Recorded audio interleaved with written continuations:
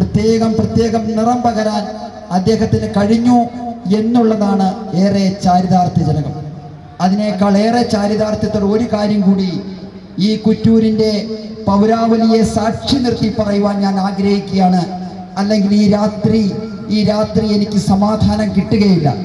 അദ്ദേഹത്തിൻ്റെ ഓഫീസിലെ ഏറ്റവും പ്രധാനപ്പെട്ട ചീഫ് സെക്രട്ടറി ആയിട്ട് തന്നെയാണ് എനിക്ക് പോസ്റ്റ് നൽകിയത്. ഞാൻ വയ്ക്കുന്ന ഓരോ ഫയലും കാര്യമായി ഒന്നും വായിച്ചു നോക്കാതെ ഒപ്പിട്ട് നമുക്കത് നടപ്പാക്കണമെന്ന് പറഞ്ഞ് 100% എന്നെ വിശ്വസിച്ച് എൻ്റെ കുടുംബാംഗങ്ങളെ പോലെ 34 വർഷം എന്നെ ചേർത്ത് നിർത്തി.